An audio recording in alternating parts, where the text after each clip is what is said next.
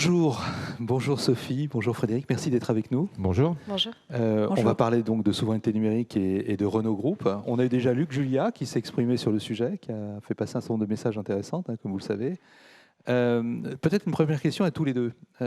C'est quoi votre vision de la souveraineté numérique dans un groupe qui est un vrai groupe international, puisque vous êtes une alliance avec des sociétés d'origine française, Renault, d'origine japonaise, Nissan Mitsubishi, d'origine russe, Lada, et je n'ai pas tout cité parce que c'est un groupe extrêmement large et diversifié. Eniva. Voilà, exactement. Et donc on est dans un environnement totalement international. Alors, c'est quoi votre vision de la souveraineté quand on est un groupe comme Renault Group totalement international ? Alors, si je prends le micro, je répondrai sous un angle d'une souveraineté vraiment globale, pas que numérique, également technologique. Et d'ailleurs, l'actualité récente des derniers mois nous a donné des exemples très concrets des problématiques de souveraineté qui se posaient à l'industrie automobile avec la crise des composants électroniques dont vous avez entendu bien sûr parler, qui a perturbé de façon très très importante tous les constructeurs automobiles mondiaux ainsi que les fournisseurs, avec des ruptures d'offres, des usines qui ont été mises à l'arrêt et toute la dépendance qu'on a découvert tardivement d'une chaîne de fourniture qui finalement est principalement basée en Asie et où finalement les États-Unis et l'Europe sont dans un même état relatif de dépendance.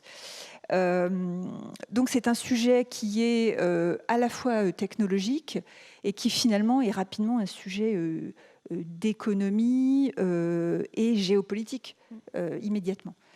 Donc finalement l'automobile là-dedans, elle est complètement au cœur de ces sujets de souveraineté.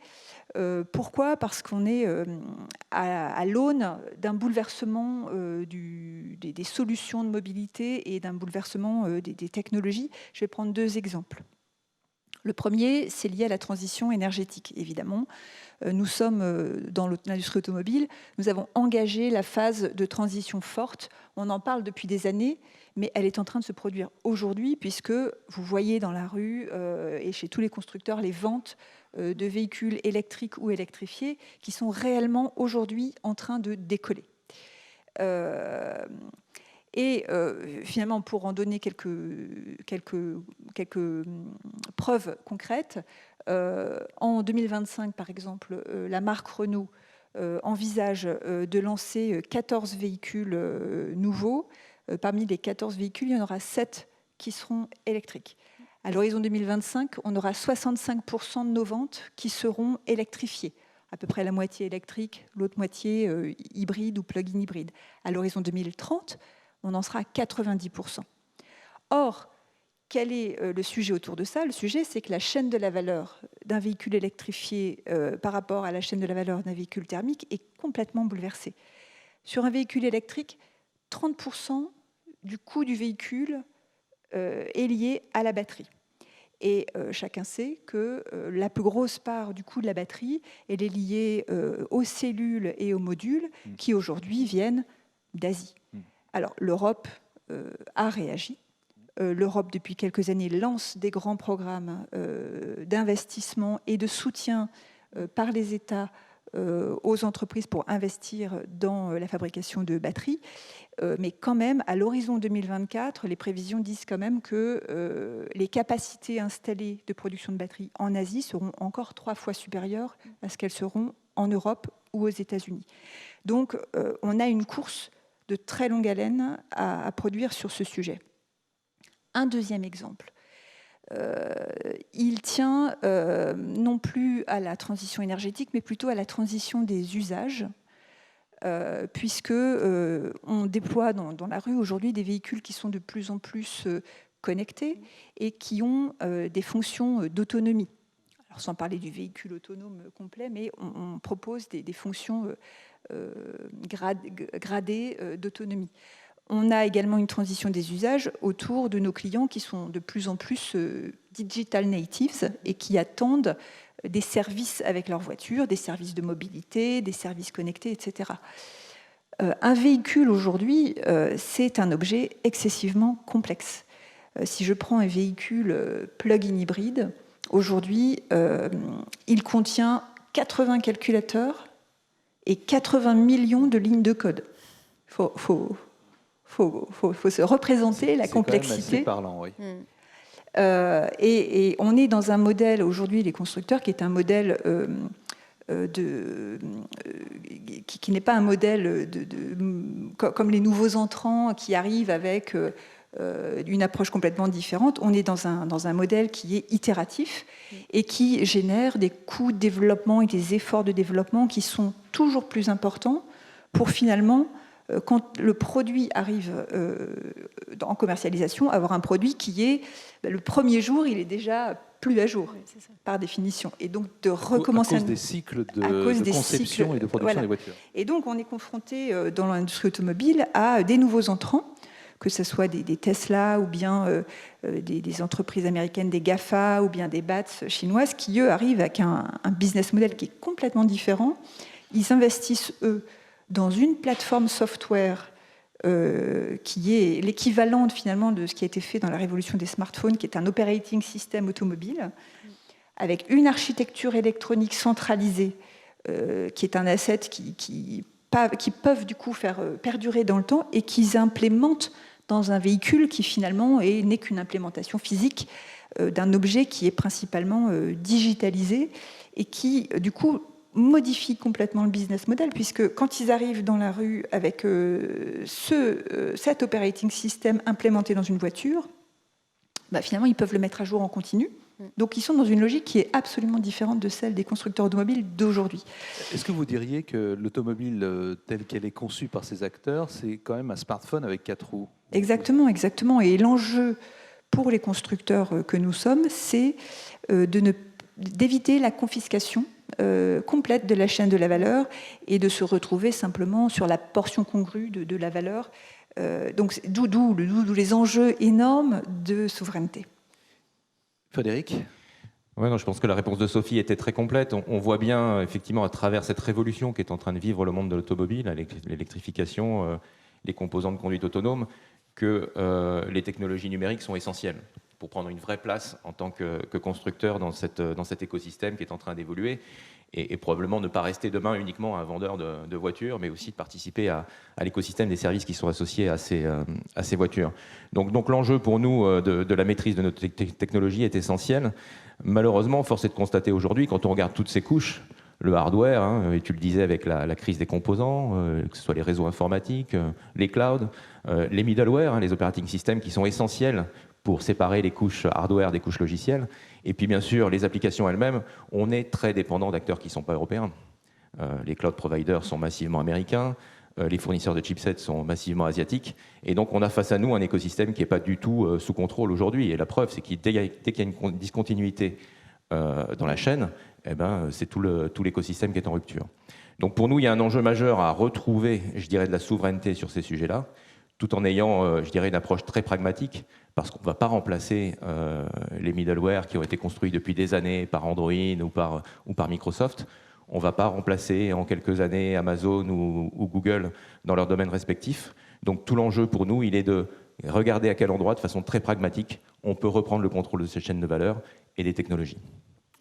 Alors, vous l'avez expliqué tout à l'heure, mais vous êtes une entreprise, vous n'êtes pas digital native, donc vous avez dû faire cette transformation, vous avez dû prendre ce virage technologique. Quand est-ce que vous avez pris le virage technologique et comment ? Alors, le virage de la transformation numérique, on l'a démarré, je dirais, en 2016, donc finalement assez récemment, 4-5 ans, en se rendant compte que dans tous les pans de nos métiers, que ce soit la conception de nos voitures, que ce soit la fabrication, que ce soit la maintenance de nos propres véhicules, ou même, je dirais, la commercialisation, le digital allait prendre une place de plus en plus importante. Et encore, on n'avait pas vu venir le Covid et l'enjeu de pouvoir faire de plus en plus de ventes en ligne et ce genre de choses. Donc on a démarré ça en 2016 et on a commencé par évaluer l'impact positif que pouvait avoir le digital sur l'ensemble de nos métiers. Et assez vite, on arrivait à la conclusion qu'on pouvait certainement générer 1 milliard d'euros de valeur annuelle grâce au digital. Et donc le sujet, ça a été de comment mettre tout ça en place rapidement. Donc pour le faire, on a créé une structure dédiée à cette transformation digitale dans le groupe qui s'appelle Renault Digital, qui est une filiale 100% Renault, 100% française, dans laquelle on a recruté toutes les compétences. Pour des questions de souveraineté ? Pour des questions de souveraineté et d'efficacité. Et dans cette structure, on a recruté toutes les compétences qui nous faisaient défaut dans le groupe. Donc des compétences évidemment technologiques, des développeurs, des architectes, des spécialistes de la data, des compétences aussi de méthode de travail, donc des coachs agiles, des spécialistes de la UX, de la User Experience. Et puis, on s'est servi de cette structure comme d'un centre d'incubation. Donc à chaque fois qu'on avait un projet digital à faire dans le groupe, on prenait les équipes en charge de ce projet-là, on les mettait dans cette structure qui leur apportait tous les moyens nécessaires, les compétences, et pendant 3 mois, 6 mois, on les accompagne pour mettre en place leur projet, et puis ensuite, on incube comme ça d'autres projets. Et on fait ça depuis 5 ans, c'est une structure qui fait à peu près 300 personnes, et par laquelle sont passés beaucoup de nos projets numériques, et qui permet aujourd'hui à l'ensemble du groupe d'avoir retrouvé, je dirais, une vraie dynamique digitale, à la fois dans les compétences techniques, mais aussi dans les façons de travailler. Et d'ailleurs, on a atteint cet objectif d'1 milliard d'euros de valeur un petit peu plus tôt que prévu, en 2020, l'année dernière. Donc c'est un résultat très positif pour le groupe. En très peu de temps. En très peu de temps, oui. Et donc maintenant, on passe à l'étape suivante. Et l'étape suivante, elle a été un petit peu déflorée par Sophie. C'est que, évidemment, vous l'avez vu, notre produit, la voiture, devient très technique, très informatique, 80 calculateurs, des dizaines de millions de lignes de code. Et donc, l'enjeu maintenant pour nous, c'est de mettre du logiciel qu'on maîtrise dans cette voiture. Aujourd'hui, on est encore très dépendant d'un certain nombre de nos fournisseurs. Et on veut évidemment, pour proposer les meilleurs services à nos clients, être capable de mettre des logiciels qu'on maîtrise mieux dans ces voitures. Donc ça, c'est la prochaine étape sur laquelle on a commencé à travailler. L'intervention de Luc ce matin en est aussi le témoignage. On va mettre de plus en plus d'intelligence dans la voiture. Et voilà, c'est pour ça qu'on va chercher toutes ces compétences qui n'étaient pas nativement dans le groupe. Et puis le deuxième sujet important, c'est l'écosystème des services. C'est que, comme je le disais tout à l'heure, on va continuer à vendre des voitures, mais aussi on va vendre des services. On va vendre peut-être plus du kilomètre que de la voiture dans un horizon assez proche. Et ces services-là, il faut les fabriquer, c'est très digital, c'est très numérique, et donc on a besoin d'avancer sur ces domaines-là. Alors, on voit quand même qu'il y a un triumvirat qui joue un rôle très important dans ce sujet de la souveraineté numérique. C'est bien sûr les entreprises, c'est bien sûr le milieu scientifique, académique, mais c'est également le milieu politique avec le législateur. Thierry Breton, qui est donc le commissaire européen au marché intérieur, qui nous fera le plaisir de conclure cette journée, a annoncé des dispositifs législatifs ambitieux, le Digital Act Services, le Digital Market Services. Est-ce que pour vous, ça va dans le bon sens? Qu'est-ce que ça vous inspire, je dirais? Peut-être une question plus particulièrement à Frédéric sur ce sujet, parce qu'on voit bien que innovation, réglementation, ça ne va pas toujours très bien ensemble. Or, on voit aussi qu'on a pris un peu de retard et qu'il faut probablement qu'on ait les mêmes règles tous. Donc comment vous jugez ces actions, ces dispositifs législatifs? C'est une très bonne question, Thierry, parce qu'effectivement, le premier réflexe qu'on a face à ces nouvelles réglementations, du terme, c'est de se dire encore des contraintes. On a vécu depuis quelques années le passage à la GDPR, donc on voit les résultats sur nos sites web aujourd'hui. Dès qu'on surfe sur le web, on est obligé de répondre à 40 questions. Enfin, c'est juste très compliqué pour l'ensemble des utilisateurs. Donc le premier réflexe, c'est de voir ces réglementations comme des contraintes pour nous, éditeurs de services et fabricants de voitures. Mais on peut aussi inverser la tendance et se dire c'est finalement une occasion de protéger nos marchés. Cette transparence finalement que prône la Commission européenne vis-à-vis des utilisateurs, elle nous incite à nous différencier des acteurs qui sont nos concurrents, des acteurs américains qui n'ont pas toujours, ou chinois, qui n'ont pas toujours ces vertus de façon très, très explicite. Donc c'est aussi une opportunité pour nous en tant qu'acteurs européens et en respectant cette stratégie de transparence vis-à-vis des clients, pour ne prendre que cet exemple-là, sans doute de nous différencier et de proposer à nos clients quelque chose qui est plus fiable, qui leur inspirera plus de confiance et donc qui finalement va nous protéger sur notre marché intérieur. Sophie, vous avez annoncé il y a quelques semaines la création de Software République, on l'a d'ailleurs évoqué ce matin, avec d'autres grandes entreprises françaises, Dassault Systèmes, Orange, Atos, Thales, Microelectronics. Pourquoi avoir lancé un tel écosystème et peut-être plus précisément, quelle est l'importance de travailler en écosystème aujourd'hui ? Finalement, ce dont on a parlé au démarrage de notre discussion, c'est une première nécessité pour assurer la souveraineté de notre business.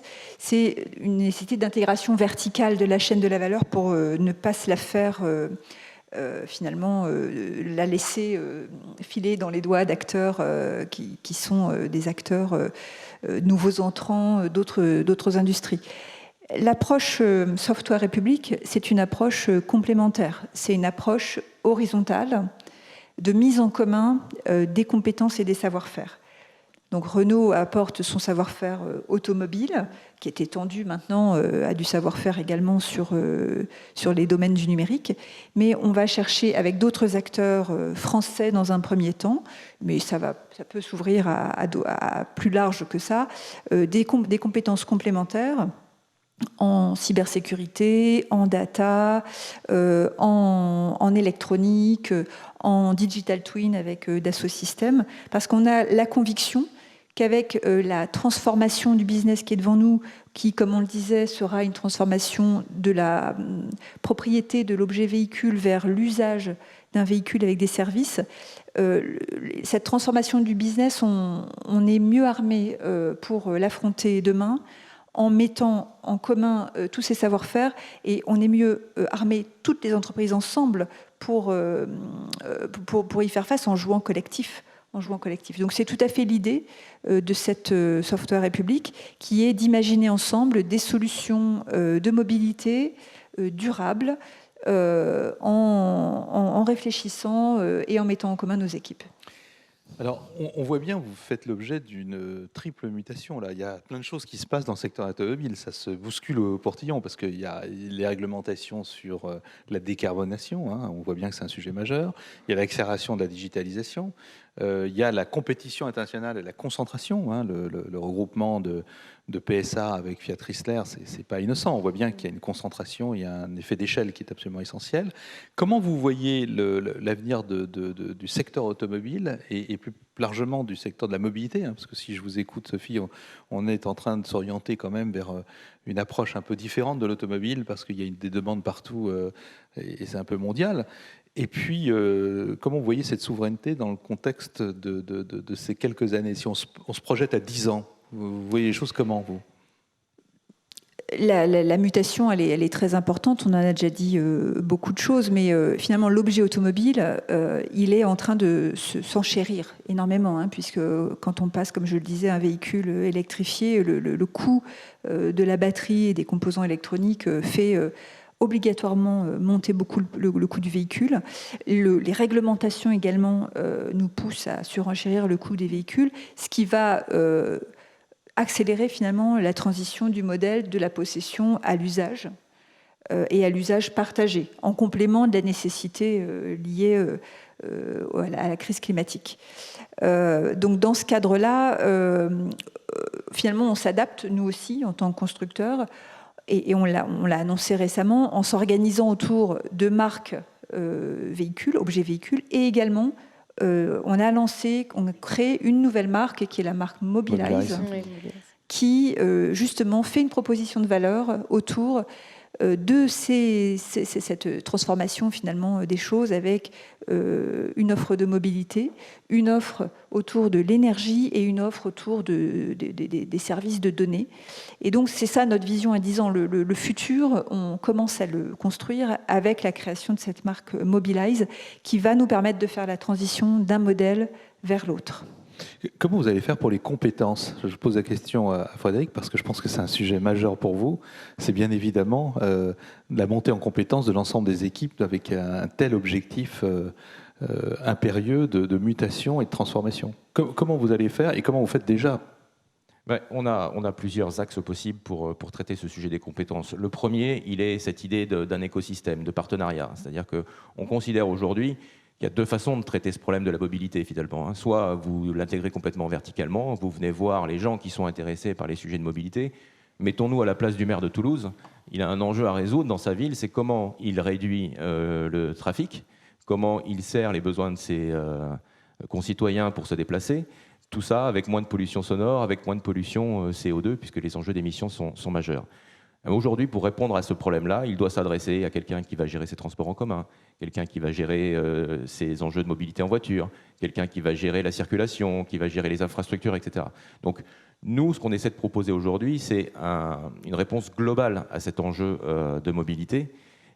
Et donc, la première réponse possible, c'est cette horizontalisation des compétences pour répondre à cet enjeu-là. Donc, c'est exactement ce qu'on fait avec la Software République, où finalement, on vient mettre des gens spécialisés dans les infrastructures, comme Orange, des gens spécialisés dans les composants électroniques, comme ST Microelectronics, des gens spécialisés dans la simulation de calcul pour trouver les bons systèmes, comme Dassault Systèmes ou Atos. Et puis des gens comme nous qui pouvons proposer des objets de mobilité. Donc la première réponse, je dirais, elle est allons chercher les compétences là où elles sont, associons-nous en écosystème, si possible avec des acteurs européens, parce qu'on pense que la réponse, elle doit être européenne.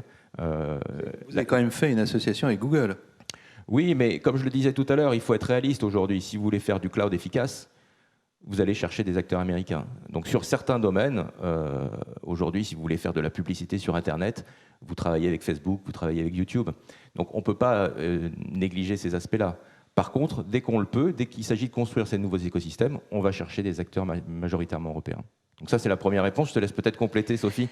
Sur la deuxième réponse, la formation, d'une part, on entretient un contact très fort avec l'écosystème académique. Donc, pour ne citer qu'un exemple, on a un grand nombre de chaires, dont un particulier dont je veux parler ici, qui est la chaire C3S, avec Télécom Paris sur la sécurité et les véhicules connectés, qui nous met en contact avec une équipe de chercheurs très importante et dans laquelle nous sommes impliqués depuis 2017 sur un temps long, et avec d'autres entreprises dont Valeo, Wavestone, etc. Donc ça, c'est une première chose. On est également très impliqué dans le milieu académique par les instituts de recherche technologique ou les instituts de transition énergétique, comme par exemple Systemix, mais également, le nom m'échappe.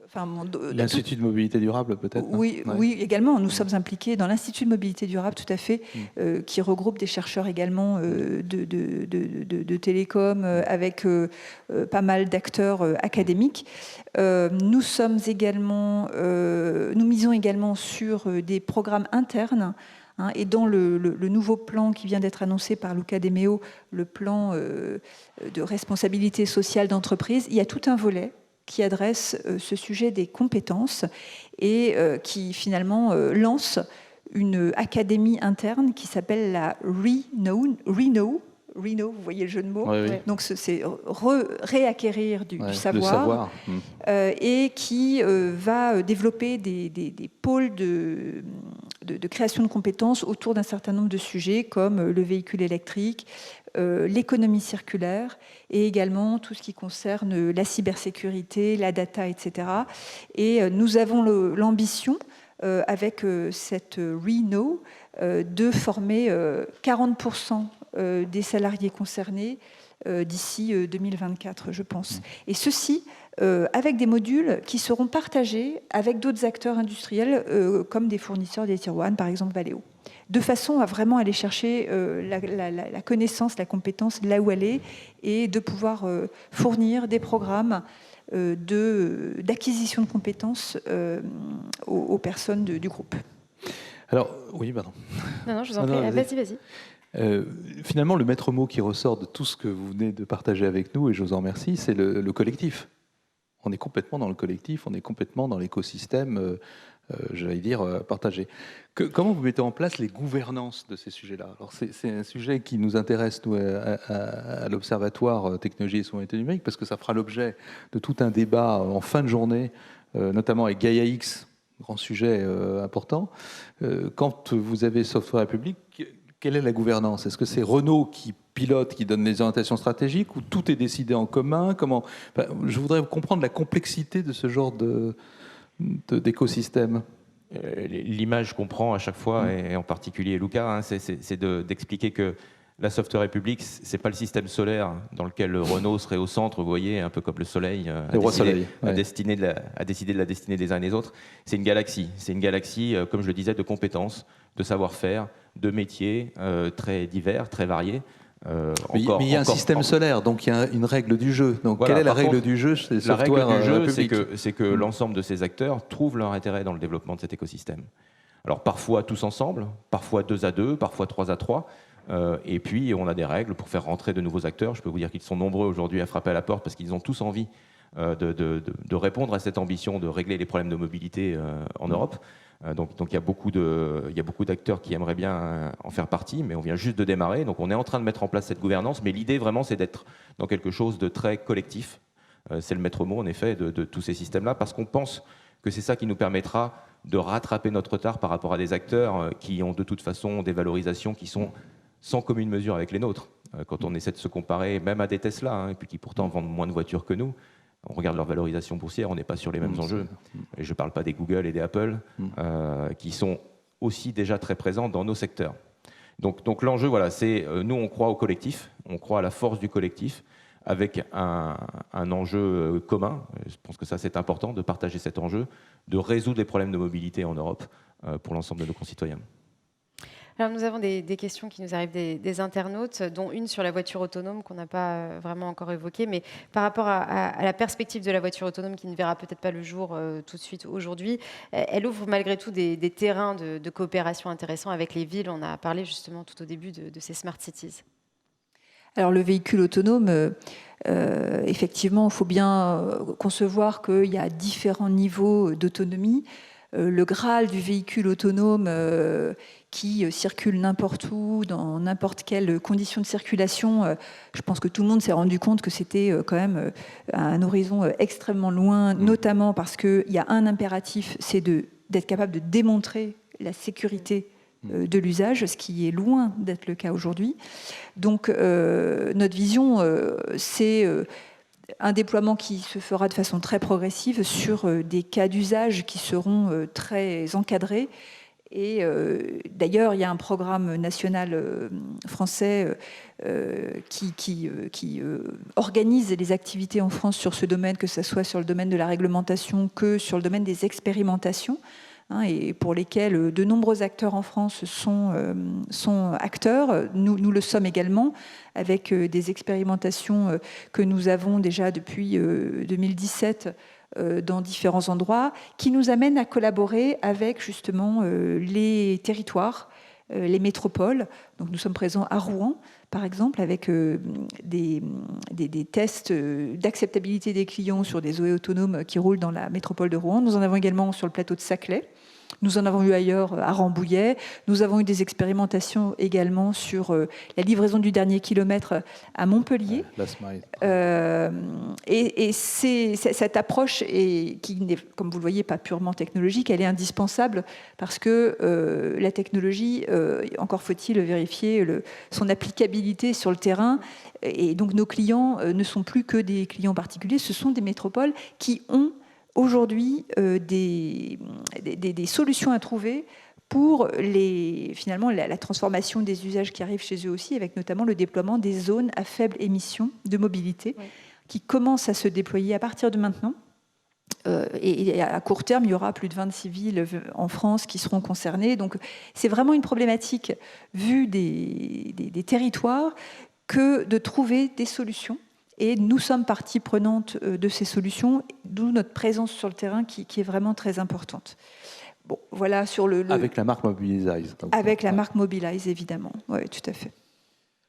Je pense que nous sommes arrivés au temps. En tout cas, merci, c'était passionnant. Merci beaucoup à tous on les espère deux. avoir la suite des aventures de Renault Group, bien évidemment, par rapport à toutes ces transformations et ces évolutions. Merci beaucoup, Merci Sophie à vous. Merci et à vous. Vincent.